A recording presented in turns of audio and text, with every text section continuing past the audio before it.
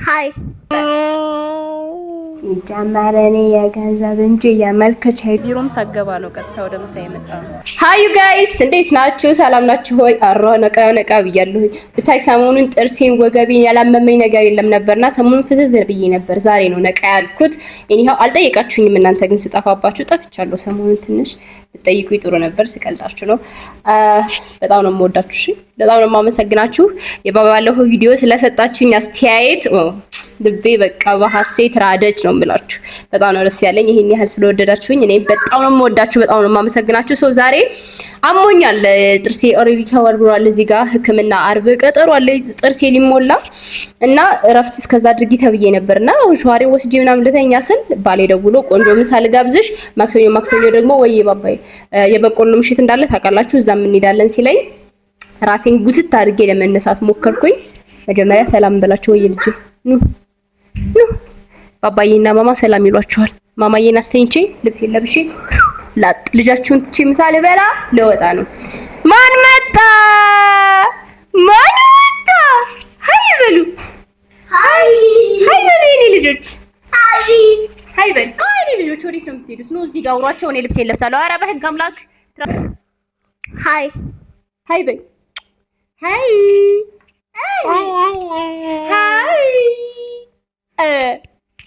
ሃይ በየኔ ልጅ ዋው ለምን አባስ ያልሽ ሃይ በይ ልጅ ሃይ እንዴት ናችሁ? ዳዳ በያቸው ለና አባባባባባ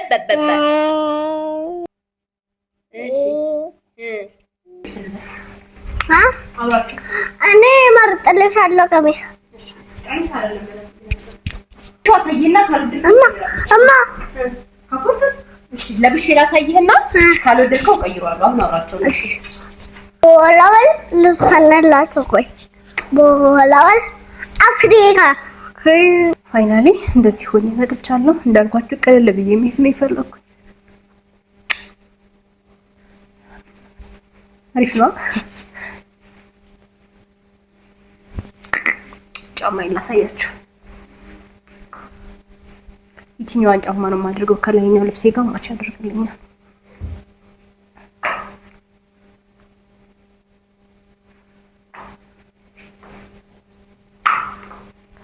አሁን ማለት ነው ኮት ልበስ ወይስ አልልበስ? ባሌ ስጠኝ ግን ይቆጣኛል። ደግሞ እንደዚህ ዝናብ መሆን ያውቅሽ ለምንድን ነው አውቀሽ ነው ትተሽ የመጣሽው ብሎ ይቆጣኛል።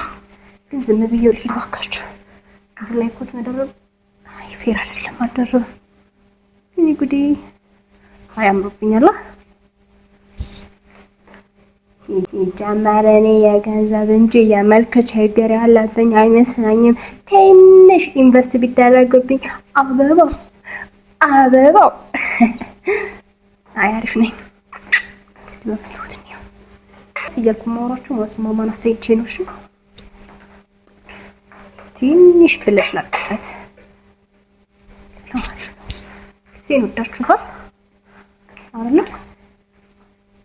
አስቡት እንደዚህ ሆኜ ማለት ነው። ኦምብሬ ይሄ ቅንድቤ የተስተካከለ ቢሆን ሉክ አሪፍ ነበር የሚሆነው። ግን መኳል ምናምን አልችልም።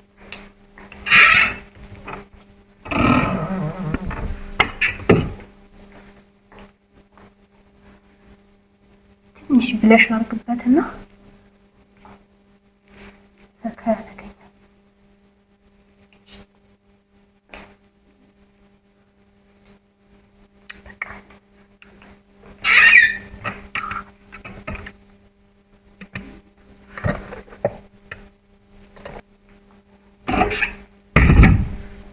ይቺ ቦርሳ ትንሽ መስላ ብዙ ዕቃ ትይዛለች። ከሱሪም ጋማሽ ታደርጋለች እና በጣም ብዙ ጊዜ ይዣታለሁ። ግን አሁን እሷን ነው የሚይዛት።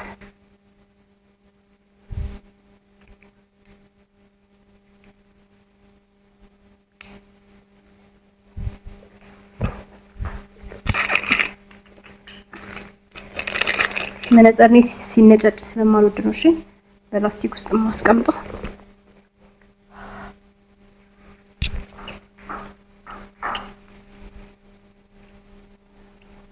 ሴክሲ ጋው ሽቶችን ቻስ እናደርጋለን። ይችን ሽቶ ማለት ነው ወድጃት በቃ በቦርሳዬ ሁላ ይዤ ነው የምዞረው። ሌላ ትላልቅ ሽቶ አለኝ አሁን ላይ የተቀባሁት ያለው ይችላል ነው የሚለው ሽቶ እኔ በወንድ ነበር የማውቀው በሴት መጥቶ መሰለኝ። ፀጉሬ ላይ ደግሞ ፀጉሬን ግን እንዴት እኔ የማሄር በጣም ነው የምወደው። እንደው አንዳንዴ ግን ገንዘብ ይኑር ጌታ ለኛ ለሴቶች በተለይ ገንዘብ ይኑርልን። ለኛ ለሴቶች ስፔሻሊ ገንዘብ የሚሄድ ዘም እያለን ነው መኖር ያለብን። የትም ይምጣ ብቻ የቤተሰብ ይሁን የባል የግድ የባል ምናምን ሆነ የራሳችንን ይስጠን። ሰርቶ ማግኘት ጥሩ ነው። ይሄው ለሴት ልጅ ግን ወሳኙ ነገር ገንዘብ ገንዘብ ፉሉስ እንጂ መልክ ራሱ አትፈጅም። ገንዘብ ካላት ቆንጆ ናት የትኛውም ሴት ልጅ። ይሄው ማይሄራን ታረጋለች፣ ጸዴ ልሷን ታደርጋለች። በቃ ገንዘብ ያስፈልጋታል ማለት ነው። ሂዩማን ምናምን ሳይ እንደዛ ነው ፊልም ማድረግ ደብሯችሁ ሺት ያርጋችሁ ራሱ በቃ ጽድት ስትሉ እንዴት ነው ሙዳችሁ ይቀየራል። ባባ ቡና አልጠጣም። ያው ባሌ ጋር ምሳ በልቼ ስለምጠጣ እንደኔ ጣን የሚወድ ሰው ግን አለ። እጣን እያልኩ እንዳልሄድ ሰማው ዋተታኝ ተይዝ ነው መሳት በላ እኔ አትቆጣትም እኔን አትጋብዙኝ።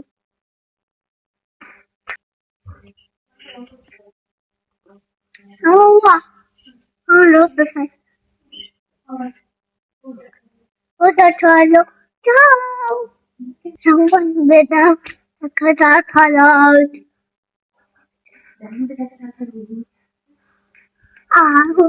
እስኪ በቃ ጨራሻለሁ። እንሂድ ወደ ምሳ። ቻው እሺ፣ ቻው ሲዩ፣ ቻው ባይ። ይዤ አልሄድም። ሌላ ቀን ጋብዛለሁ። ባባይ በነገራችን ላይ ማለት ነው እዛ ጋር ሆና ልንገርህ። አሁን አልወስድህም፣ ግን አንድ ቻሌንጅ ልስጥህ። በዚህ ሳምንት ማለት ነው በዚህ ሳምንት 10,000 ሰብስክራይብ ከገባሁ የፈለከው ቦታ በሰብስክራይቦች ስም ይዤ እሄዳለሁ። 10,000 ሰብስክራይብ ከገባሁ የፈለከው ቦታ ይዤ እሄዳለሁ። አንተ ጋር ነው ማለት እኮ 10,000 ሰብስክራይብ ስለዚህ ጋር ቢሮ። እሺ ስማ ሰምታችሁኛል። አደራ ሰብስክራይብ አድርጉልኝ። ወዳችኋለሁ ጋይስ። ሰብስክራይብ እንዳትረሱ አታድርቋት። 10,000 ሰብስክራይብ አስገባል።